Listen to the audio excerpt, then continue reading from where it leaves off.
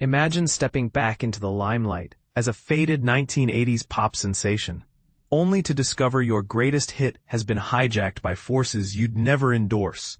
That's the chilling moral tangle at the heart of Kathryn Ferguson's captivating short film, Nostalgie. If you've ever wondered how the echoes of the past can haunt our present in unexpected ways, this story will pull you right in and leave you questioning everything. Times have changed dramatically since the neon-drenched days of the 80s, haven't they? Or have they lingered in ways we can't quite shake? Kathryn Ferguson, the acclaimed Belfast filmmaker behind the poignant Sinead O'Connor documentary, Nothing Compares. Check it out here, https://www.hollywoodreporter.com/movies/review/nothing-compares/review Sundance. Dives deep into these themes with Nostalgie. This 19-minute fictional short isn't just entertainment, it's a thought-provoking mirror to our nostalgia-soaked world, sparking debates on legacy, ethics, and the slippery nature of fame. The plot hooks you from the start. A once glorious 80s pop idol gets an unexpected call to dust off his microphone and perform again, yanking him from a quiet retirement straight into an ethical quagmire that challenges everything he holds dear. Leading the charge is Aidan Gillen, the versatile Irish actor you've likely seen scheming as Littlefinger in Game of Thrones, navigating the gritty streets in Peaky Blinders, or delivering raw intensity in shows like Kin, Mayor of Kingstown, and The Wire. For more on his range, see this interview, https://hollywoodreporter/tvnews/Project Blue Book Aidan Gillen interview. Joining him are talented co-stars Jessica Reynolds, fresh from her breakout role in the hip-hop biopic Kneecap, https://hollywoodreporter.com/movies/movie-news Demi Moore Cillian Murphy 2025 IFTA Awards winners 12361364414, and the ever-reliable Michael Smiley, known for his chilling turns in Bad Sisters, the upcoming Alien Earth, the surreal The Lobster, and the tense Blue Lights. Spotlight on him here. https://www.hollywoodreporter.com/movies/movie-news Bookworm Nell Fisher, Michael Smiley, Elijah Wood 123534. Together they bring a raw, authentic energy that makes the film's emotional stakes feel all too real. Adapted from a sharp short story by Wendy Erskine, a powerhouse writer hailing from Belfast, whose tales often dissect the quirks and scars of modern Northern Irish life, Nostalgie was penned by Stacey Gregg, another Belfast native with a knack for layered narratives. The production came together through Bastille Productions and Terra Films, partnering with Globe Originals and Hopefield. Backed financially by Film 4, learn more about their innovative leadership.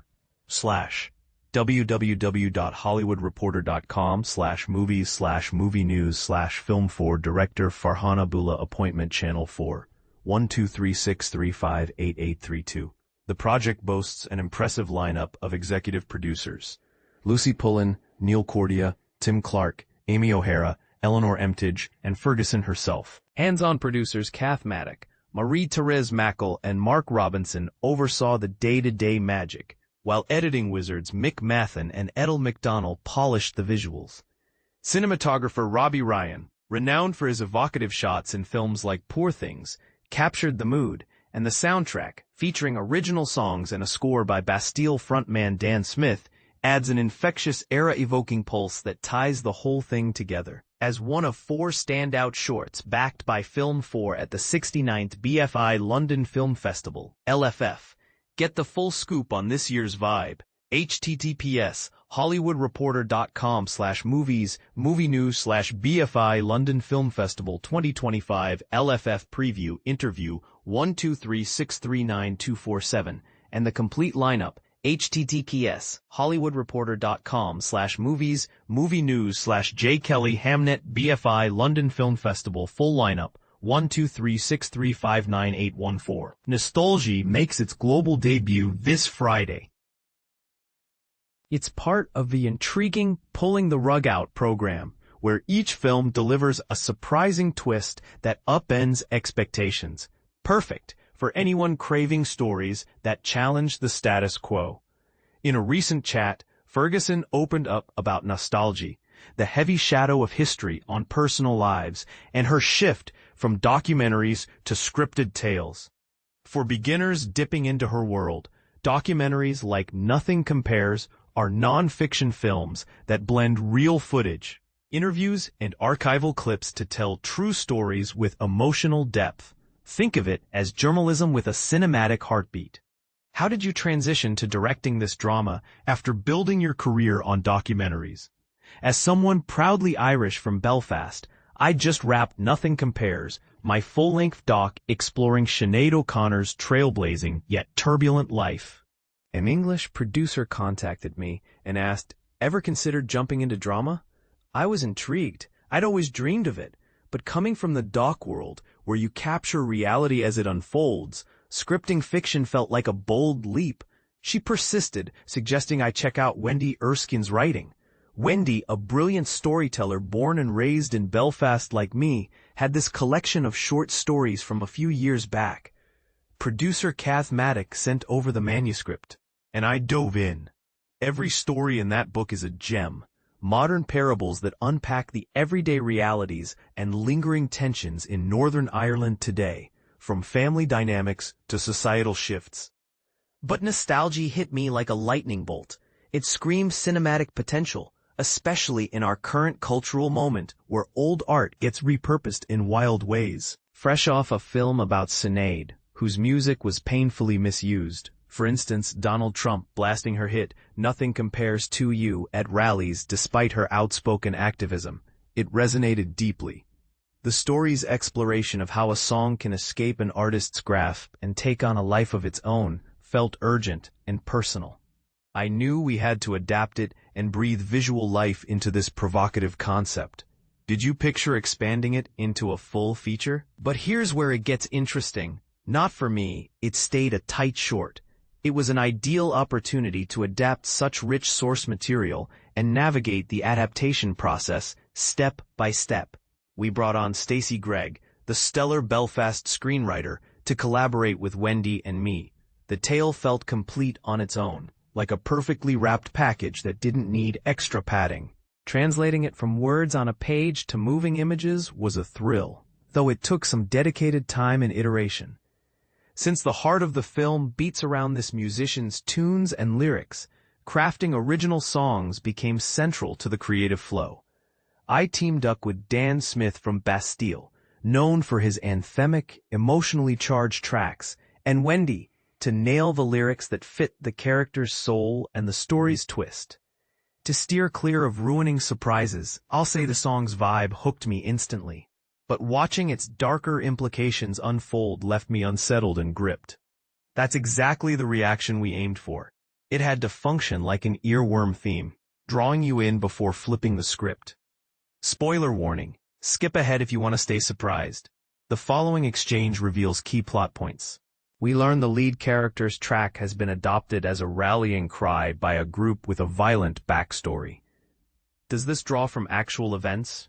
Absolutely. The source story mirrors real-life scenarios in Northern Ireland, where paramilitary factions, remnants of the Troubles, that decades-long conflict blending political strife, sectarian divides, and guerrilla warfare, have long co-opted popular songs for their causes.